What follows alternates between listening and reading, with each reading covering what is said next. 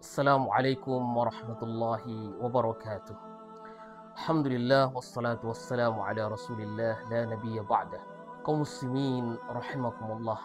Dalam era yang serba digital ini, teknologi yang berkembang pesat menawarkan kepada kita semua kemudahan di dalam komunikasi, akses informasi, segalanya mudah. Namun di balik kemajuan ini, kaum muslimin terdapat ancaman yang besar mengintai moral kita, terutama dalam lingkup keluarga kita. Sebab kita sebagai seorang muslim diingatkan oleh Allah Subhanahu wa taala. Allah katakan qu anfusakum wa ahlikum nara. Jagalah diri kalian beserta keluarga kalian dari api neraka. Media sosial sekarang ini yang awalnya sebagai sarana kebaikan, sarana menyebarkan manfaat seluas-luasnya, sekarang menjadi lahan yang subur untuk menyebar konten-konten yang merusak nilai-nilai akhlak dan agama. Tontonan yang bisa merusak pikiran kita, dan seluruhnya ini bermula pada an-nazar, bermula pada pandangan tersebut. Oleh sebab itu, Abu Hurairah radhiyallahu anhu, beliau meriwayatkan dari Nabi sallallahu alaihi wasallam bahwasanya Rasulullah bersabda, "Kutiba ala bani Adam nasibahu minaz zina, mudrikun dzalika la mahalah." Fal'ainan, kata Nabi sallallahu alaihi wasallam,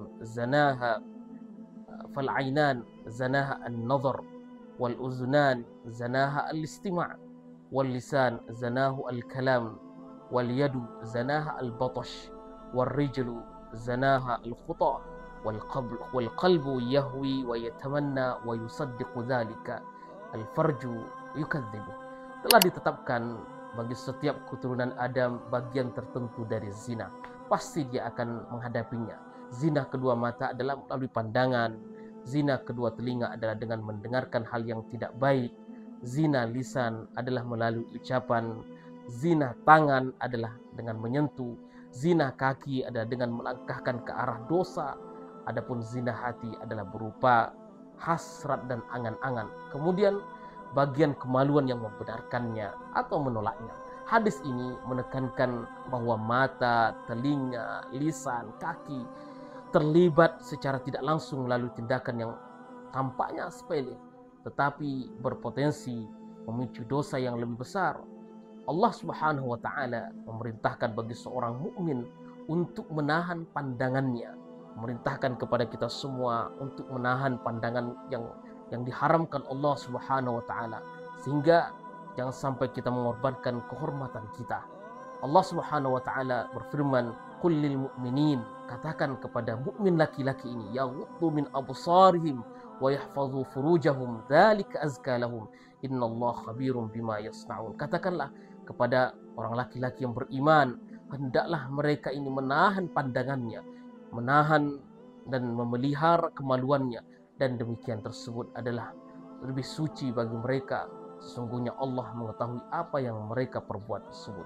Tontonan kaum muslimin, tontonan yang tak senonoh, justru merusak hati kita, merusak pikiran-pikiran anak kita.